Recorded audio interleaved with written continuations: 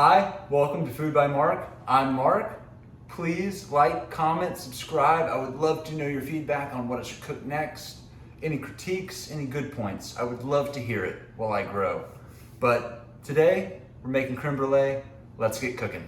The most important part about creme brulee is choosing a quality vanilla bean. I personally get my vanilla beans online. They are Madagascar Bourbon Isle vanilla beans. They are some of the best out there, and choosing a quality vanilla bean will make a huge difference between your creme brulee and anyone else's. What we're gonna do for this vanilla bean is we're just gonna simply split it right down the middle with a small paring knife. So we're gonna take this on its spine side with the part we just cut, open up, and we're going to scrape out the beans inside, the little tiny pods. You're gonna end up with this. That is nothing but pure vanilla flavor. And we don't wanna waste a single bit of this vanilla bean. So what we're gonna do is we're gonna throw these in the cream as well as all of these flakes to a medium-low heat. I'm gonna get that entire quart of cream in there. Every last drop. Because we're making a healthy meal, we need all the cream we can. And then this is pre-measured 1 cup of sugar. We're gonna put that in there, mix it in. The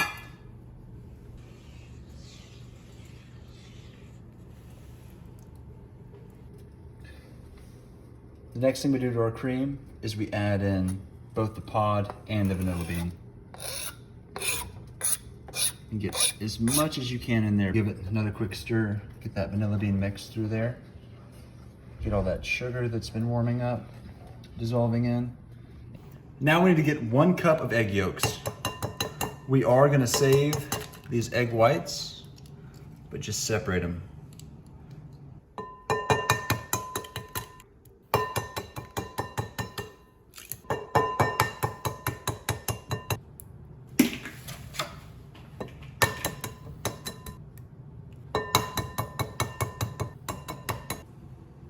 We're gonna mix it into this bowl. I have 1 cup.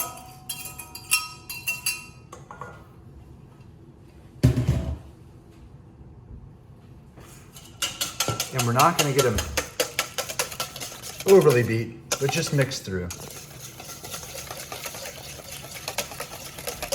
That right there is plenty.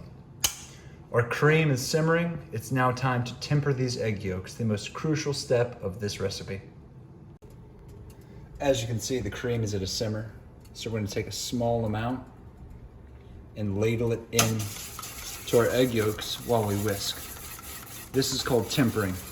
We're not trying to scramble the egg yolks. We're just trying to get them brought up to temperature, the same temperature as the cream. So little bit by little bit, we are going to add cream slowly into these egg yolks while we whisk them.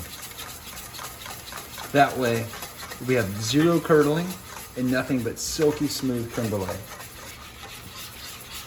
And all we're doing here is we're slowly bringing these up to temp.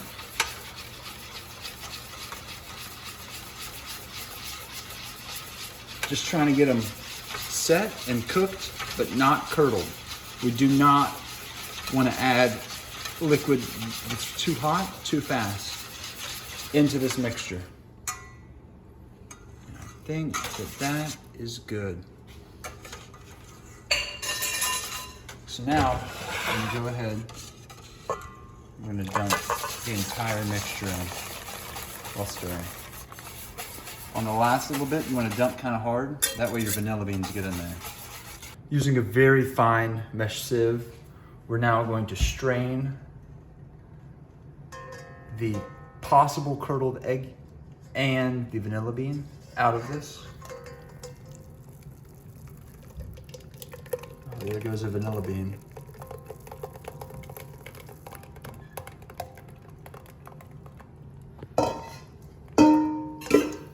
And we're just gonna let that strain off. We don't want any of the thick bits. We don't want any of the foam. We just want that delicious creme brulee that's underneath. As you can see right here, I had a very small amount of curdling, have a lot of foam, but I did fairly good on the curdling. You'll never get it right on your first try. Tempering egg yolks is very challenging. Now we're gonna transfer this mixture into our ramekins. Because I like to leave suspended vanilla bean in there, I'm gonna give it a small stir while I pour. And we are going to fill 8 of these ramekins up. And with these ramekins, I have them in a water bath in a high-walled sheet pan. This will allow them to cook at a very controlled temperature. They'll never overcook, they'll never undercook, as long as you constantly check them about every 5 minutes or so to get the right temperature. But we're just gonna fill these up with this yummy, yummy creme brulee.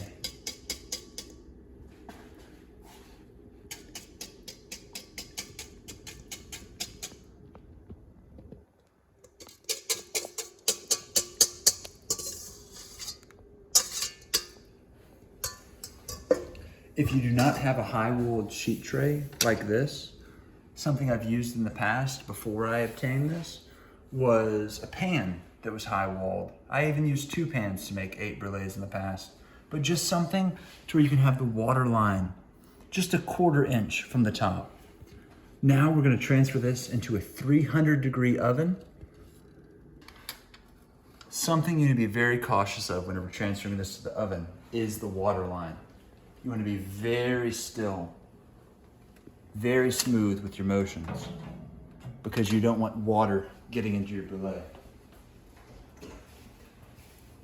Now, very gently, I'm going to set this back in the oven.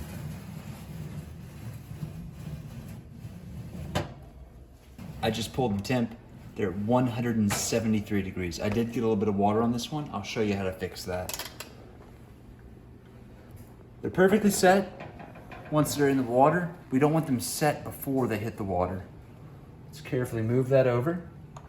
And the quick and easy fix is to carefully take a paper towel, because remember, this water is very hot, and you're just going to gently dab it. See how it just soaks up the water? Rolling. So I just removed these ramekins from the sheet tray using tongs. I did it just like this. And I set them on a temperature safe counter, and then removed all of them, cooled this sheet tray down with some cold water, and added some ice cubes. That way I can quickly get these to stop warming up because of holdover temperatures and rising that can occur. Once these have been sitting here for about 10 minutes, I'm then going to wrap them in saran wrap and put them in the fridge, and you'll see that soon. These have cooled down long enough. All we're gonna do now is wrap them with some plastic cling wrap and then set them in the fridge. That way they can chill for, at the bare minimum, 4 hours. You want these to be nice and cold before you burn the sugar on there.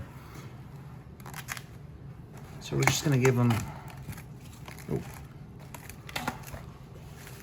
bit of plastic wrap. That way they don't dry out, because you need something on top to cover it to prevent that from drying out on the surface.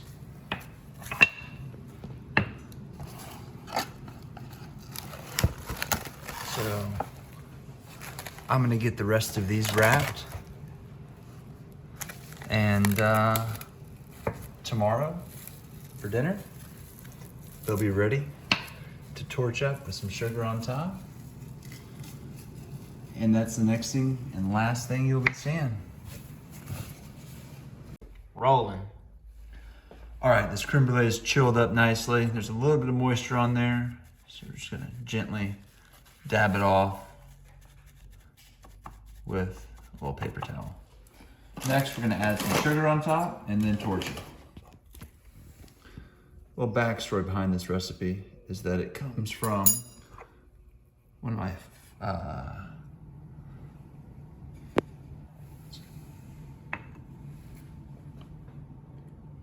All right, so the sugar is on there. A little bit of backstory about this while I torch it is that this is a very famous chef named Chef Handke.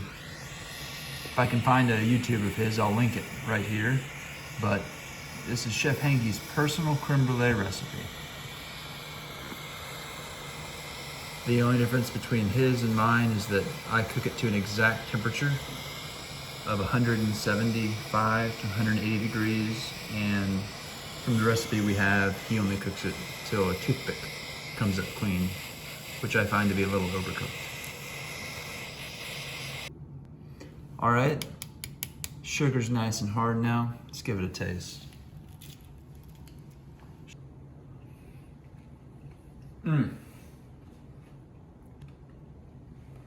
It's super rich. It's very creamy. Give Chef Handke's creme brulee a try. You're gonna love it.